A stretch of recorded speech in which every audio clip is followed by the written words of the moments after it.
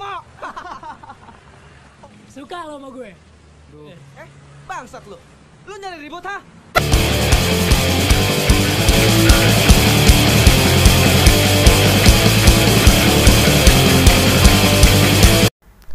Halo warga penduduk planet Namek, kumaha kabarnya? Semoga sehat selalu dan melimpah rezekinya dan disertai melimpah istrinya juga. Waduh.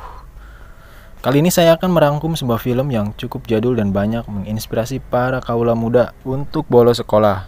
Film ini menceritakan kenakalan remaja pada saat indahnya masa-masa SMA dan belum terpengaruh oleh tante-tante yang joget-joget di TikTok. Film ini berjudul Realita Cinta Rock and Roll. Bapak-bapak kelahiran tahun 90-an pasti sudah tidak asing lagi dengan film ini. Oke, langsung saja kita ke alurnya, cek distro.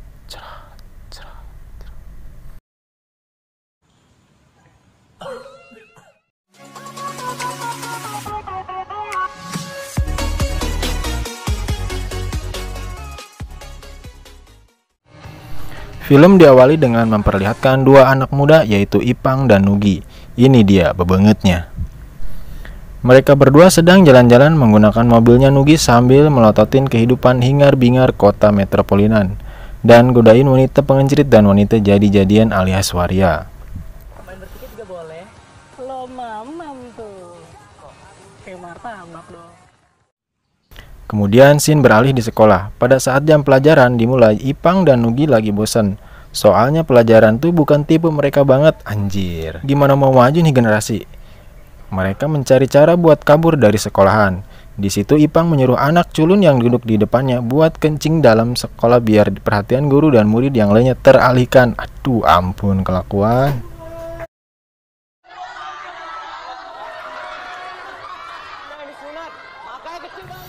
Akhirnya mereka berhasil kabur dari sekolah. Setelah kabur dari sekolahan, Ipang dan Nugi OTW ke toko kaset langganan mereka. Nama pemilik tokonya itu Sandra. Karena nggak ada uang buat bayar, mereka gadaikan pakaian yang mereka kenakan kecuali boxer. Pulang dari situ, mereka pede aja jalan cuman pakai boxer sambil ngerokok di tengah jalan. Kemudian mereka dikatain homo oleh seorang preman. Ipang yang gak terima dikatain homo melempar kok ke preman itu terus kabur. Kemudian para preman mengejar mereka, tapi tidak dapat. Soalnya mereka sembunyi di toko pakaian dalam wanita.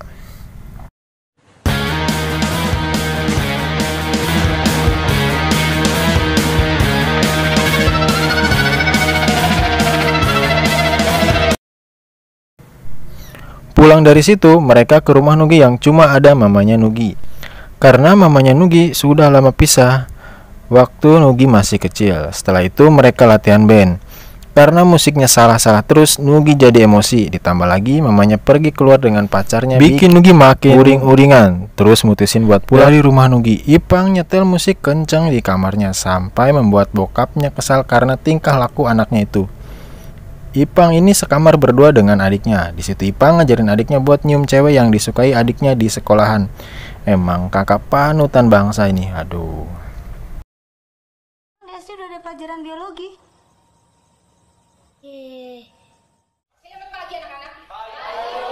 Kemudian esok harinya mereka sekolah lagi. Tiba-tiba gurunya mengadakan ujian lisan.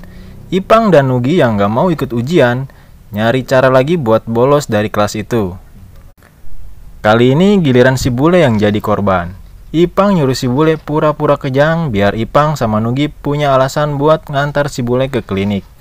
Tapi bukannya ke klinik, mereka malah ke salah satu ruangan sekolah untuk ngerokok. Aduh. Sambil ngajarin si bule baca majalah dewasa. Apanya? Begitu kita ketemu cewek kayak begini ya. Gini. Ibaratnya, kok nyesel banget ya kalau sampai mati lu belum pernah nikmatin.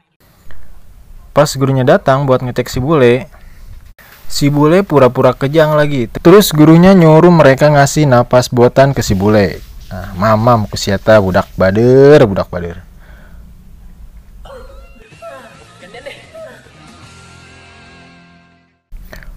Pulang sekolah mereka ke tokonya Sandra lagi. Di situ Sandra melihat mereka yang habis ngasih napas buatan. Lama-lama Ipang dan Nugi berantem sambil bercanda.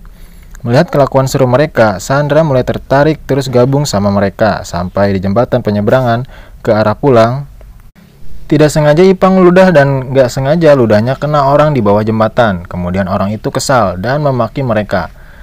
Nugi yang gak mau cari masalah coba minta maaf, tapi Ipang gak mau disalahin, malah nantangin orang itu. Kemudian gak lama orangnya naik bawa teman-temannya. Pas Nugi mau kabur, salah satu orang itu bawa-bawa ibu Nugi. Karena gak terima ibunya dibawa-bawa, langsung nonjok orang itu dan perkelahian pun tak terelakkan lagi.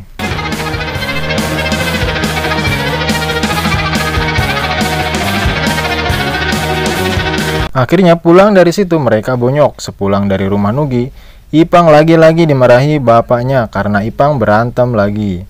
Bapaknya juga ngomel karena nilai sekolah Ipang jelek dan gak suka kalau Ipang ngeband. Ipang yang gak mau terima ngeband dibawa-bawa langsung marah balik ke bapaknya. Iya kan, Bab? Ya memang. Papa tidak suka. Bukan gitu. Ya udahlah. Di malam yang sama, Nugi lagi dikenalin ke pacarnya, mamanya Nugi sambil makan malam. Di situ Nugi kelihatan kesal karena sebenarnya Nugi masih gak mau mamanya nikah lagi. Soal ini dijeteran. Udah, aku mau pergi dulu. Besoknya Ipang dan Nugi Sandra lagi nongkrong bareng sambil duduk di atas mobil. Ipang dan Nugi cerita tentang orang tua mereka yang gak ngerti mereka buat ngeband. Sedangkan Sandra curhat tentang dulu papanya mati bunuh diri karena perusahaannya bangkrut dan mamanya jadi pemabuk sampai sakit-sakitan. Setelah curhat, Nugi pergi untuk buang air kecil. Selama Nugi kencing, Ipang dan Sandra ngobrol soal cinta. Pas mereka mau ciuman, Nugi udah kembali dari kencing. Ipang dan Sandra akhirnya pun gak jadi ciuman karena gak enak sama Nugi.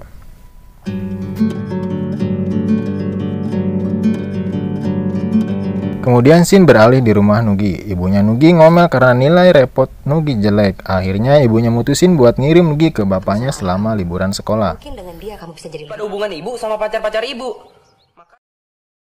Sedangkan di rumah Ipang, bapaknya Ipang yang juga ngelihat nilai rapot Ipang jelek mulai emosi lalu berdebat dengan istrinya. Ipang yang lagi asik lalagaan sama adiknya gak sengaja nguping pembicaraan orang tuanya. Ipang kaget dengar pembicaraan orang tua mereka bahwa sebenarnya Ipang bukan anak kandung mereka, melainkan Ipang adalah anak adopsi. Di situ Ipang kecewa dan mutusin ikut Nugi yang mau tinggal di rumah bapaknya selama liburan. Sama kamu, papa dan mama. Semua ngerasa kalau Ipang cuma anak yang bodoh. Sesampainya Ipang dan Nugi di rumah bapaknya Nugi, mereka kaget waktu tahu kalau ternyata sekarang bapaknya Nugi seorang waria. Aduh, ayah baik kelakuannya ya. Padahal dulunya bapak Nugi seorang atlet taekwondo. Nugi yang harus menerima kenyataan pahit dengan terpaksa tetap tinggal di rumah bapaknya bareng Ipang. Di rumah itu mereka harus disiplin, mulai dari bangun pagi, mandi, coli, sarapan, Ipang nganterin bapak Nugi belanja. Ipang pasti mau kan? Udah, apalagi? Malamnya Ipang minjem mobil Nugi yang alasannya buat ambil baju. Ternyata Ipang nemui Sandra buat curhat masalah dia bukan anak kandung. Dari situ Ipang dan Sandra lebih dekat.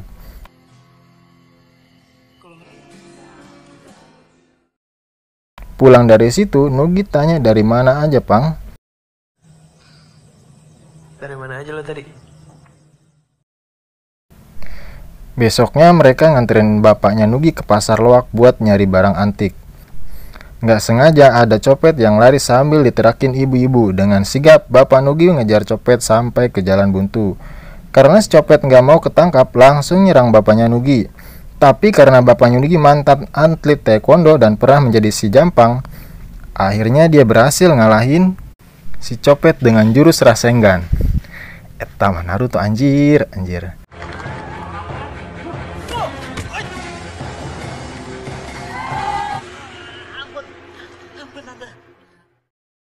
Melihat kejadian itu Nugi merasa bangga dan sedikit mulai mengakui bapaknya. Selanjutnya bapaknya Nugi minta Ipang dan Nugi untuk belajar nari salsa.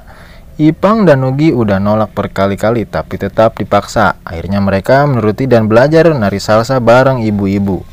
Malamnya Ipang lagi galau pengen telepon ke rumahnya, tapi dia nggak bisa ngomong apa-apa pas dengar suara adiknya yang ngangkat telepon. Sampai akhirnya telepon ditutup. Habis dengar suara adiknya Ipang makin galau.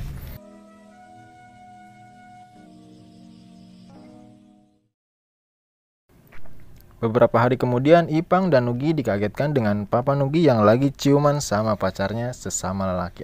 Ngilu anjing. Melihat itu bikin Nugi kembali kesal ke papanya. Jangan marah ya sama mama.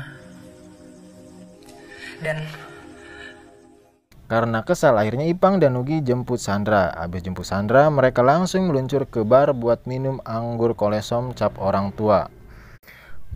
Pulang dari situ, mereka tidur di penginapan sambil melihat Sandra lagi tidur. Nugi ngomong ke Ipang kalau dia suka Sandra. Ipang yang lagi mabuk nggak jawab apa-apa. Paginya Nugi izin keluar buat nyari makan. Nggak lama, Sandra masuk ke kamar mandi. Melihat Ipang nggak pakai baju, Sandra langsung deketin Ipang. Nugi yang lupa bawa dompet balik lagi ke kamar. Pas masuk kamar, Nugi lihat Ipang dan Sandra lagi cipokan. Ngeliat itu bikin Nugi kesal. Habis kejadian itu, mereka nggak saling ketemu. Nugi kembali ke rumah mamanya dan Ipang tetap tinggal di penginapan.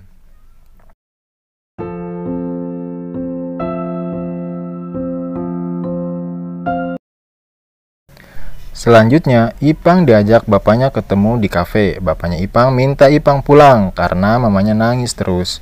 Bapaknya juga minta maaf dan bilang kalau mereka sayang sama Ipang. Di situ Ipang juga minta maaf, tapi perlu waktu buat mikir mau pulang atau enggak. Akhirnya bapaknya mengerti dan pamit pulang. Sebelum pulang, bapaknya ngasih titipan adiknya buat Ipang yang isinya uang ribuan. Beberapa hari kemudian, Nugi datangi Ipang di penginapan. Di situ Nugi minta maaf. Nugi sadar kalau dia seharusnya nggak punya hak buat marah karena Sandra bukan punya siapa-siapa. Akhirnya mereka baikan. gue kadang-kadang loh, aku disuruh nyium foto lagi. Scene selanjutnya, mereka ikut lomba nari salsa buat nyenengin papanya Nugi.